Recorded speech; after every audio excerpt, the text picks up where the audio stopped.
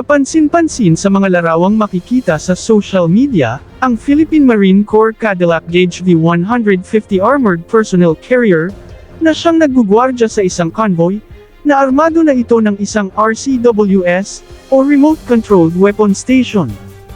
Ang RCWS na ito, ay kahawig na kahawig sa prototype ng Building a Universal Mount for Heavy Barrel Automated Weapon Integration, o Buhawi project ng Department of Science and Technology at Philippine Navy, na sa huling balita ay ikinabit ito sa isang naval vessel ng ating Navy, na BRP Heracleo Alano PC-376, at sinabing ang mga Tarlac-class landing platform dock ay ang susunod na magkakaroon ng mga Buhawi RCWS.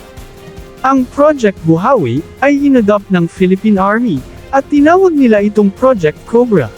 o Controller Operated Battle Ready Armament, na ang pakay ay mag-design at mag-integrate ng 50 caliber machine gun sa isang Remote Controlled Weapon Station o RCWS. Upang malutas ang mga suliranin ng Philippine Army, tulad ng laging umaasa sa mga imported military equipment and armaments, na kailan lamang ay bumili pa sila sa LBOT system ng RCWS para sa kanilang mga M113 Armored Personnel Carrier, upang maiwasan ang mga casualties ng mga gunners, na laging target ng mga kalabang rebelde at mga terorista.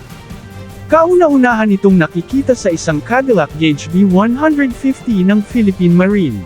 na meron ng remote-controlled weapon station, kaya ito ay nangangahulugang maaring natapos na ang development ng Project Cobra na inumpisahan noong 2022, at maaring ang pagkabit sa isang Cadillac Gauge vehicle ay isang evaluation na, at maaring mag-uumpisa na di magtatagal, ang pag-mass production nito, dahil ang pakay nila sa proyektong ito, ay upang malagyan ng mga Cobra RCWS lahat ng mga armored vehicles ng Philippine Army, at Philippine Marine.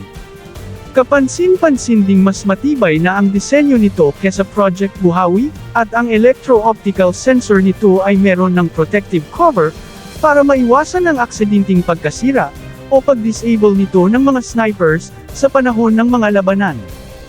Ang kaibahan ng Project Buhawi sa Project Cobra, ay ang Project Cobra ay nakakaikot ng 360 degrees, upang may kakayahan itong tumarget ng kalaban, anuman ang posisyon at direksyon ng mga sasakyan, habang ang Project Buhawi ay hanggang 270 degrees lamang. Ang pagdevelop ng sariling atin ng mga kagamitang pandigma, ay bahagi ng Self-Reliance Defense Posture Roadmap ng ating hukbong sandatahan, upang bawasan, kundi man iwasan, ang pagka-dependent natin sa mga imported na mga kagamitan, na kapag may mga global crisis na mangyayari, ay mahihirapan tayo sa pag-repair at pag-maintain ng mga kagamitang ito. Ang Project Cobra, ay isang collaboration ng Department of Science and Technology, Philippine Army, at Mechatronics and Robotics Society of the Philippines, na nais ipakitang kaya nating gumawa ng mga kagamitang tulad ng mga kagamitang atin pang binibili sa ibang bansa. Kung tama ang ating pananaw, na evaluation na itong RCWS na ito'y nangangahulugang papunta na ito sa mass production, at inaasahan na nating makikita na nating may mga Philippine-made na remote-controlled weapon station na ang lahat ng mga armored vehicles ng ating Army at Navy. Ang ambisyon ng Pilipinas na gumawa ng kagamitang pandigma, ay hindi natatapos sa mga RCWS lamang, dahil ngayon, ang Hyundai Heavy Industries ng South Korea na siyang gumawa sa mga bago nating mga barkong pandigma, ay nagbubukas na ng shipbuilding facility dito sa ating bansa, at nakipag-partner sa isang US equity firm na, Cerberus, na hudyat ng pagyabong muli ng shipbuilding industry ng bansa. Ang technology at critical skills na dala ng Hyundai Heavy Industries sa paggawa ng mga barko, ay tiyak na maipapasa niya ito sa iba pang mga shipbuilders ng bansa, tulad na lamang ng Josefa Slipways, na kailan lamang ay nag-turnover ng 2 ocean-going tugboat sa ating Philippine Navy. Mismong ang Pangulo ang excited na nag-welcome sa 2 kumpanya, na siguradong malaki ang impact nito sa ekonomiya ng bansa. Bagamat ayon sa balita ay mga commercial vessels muna ang gagawin ng Hyundai Heavy Industries dito sa Pilipinas, ngunit alam nating papunta pa rin ito sa mga frigates and corvettes, dahil ang mga bansa ngayon, partikular sa Southeast Asia, ay parehong may mga Armed Forces Modernization Program rin, nangangailangan din sila ng mga barkong pandigma, Kaya may malaking demand ngayon ng mga frigates, corvettes, at patrol vessels, sa bahaging ito ng mundo. Ayon sa nakalap nating impormasyon, aabot sa 6 na frigates ang bibilhin pa ng Pilipinas ngayong Horizon 3, na 2 umano dito ay mga destroyer size, at may hanggang 10 pa na mga corvettes. Ang pagbukas ng shipbuilding facility ng Hyundai Heavy Industries sa Pilipinas, ay pagpoporma na niya ito, sa mga mahigpit na kompetisyon sa mga parating na mga frigates and corvettes acquisition projects ng ating Navy, na bilang may malaking bahagi sa taunang 200 bilyon pesos na pondo, ay inaasahang may mahabang listahan ito ng mga ipapagawang mga barko.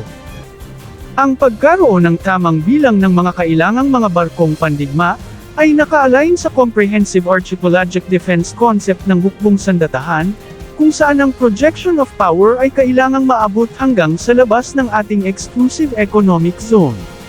Ang mga bibiling barko, ay sinasabing kailangang dito sa Pilipinas gagawin, dahil striktong kasama ang mga technology transfer sa kontrata. Ang Hyundai Heavy Industries ay di lamang barko ang gagawin, na magbabalik sa mga glory days ng bansa, bilang dating top shipbuilder sa buong mundo, na ngayon ay bumagsak na tayo sa ika-7, kasama na rin sa negosyong bubuksan nila sa Pilipinas, ay mga negosyo sa offshore wind industry. Atat na rin ang Pilipinas, sa mga plano ng Cerberus, sa negosyo ng microelectronics, semiconductors, at critical metals, na magdadala sa Pilipinas sa mas mataas na antas ng industriya ng pangteknolohiya. Ang microelectronics, semiconductors, at critical metals, ay mga mahahalagang components, para sa pagyabong ng defense manufacturing industries ng isang bansa. Nakapansin-pansin ito sa mga bansa ngayon sa buong mundo, na may malawak na defense industries. Kaya naman, ating maasahang kapag lumawak na ang operasyon ng mga kumpanyang ito, ay inaasahan ding mas dadami ang mga defense company na magtayo ng mga manufacturing sa ating bansa. At kasabay dito ay sasabay din ang paglawak ng mga research and development ng ating hukbong sandatahan, sa mga kagamitang pandigma na nais nilang gagawin, lalo na itong Project Buhawi at Project Cobra, na ayon sa Department of Science and Technology,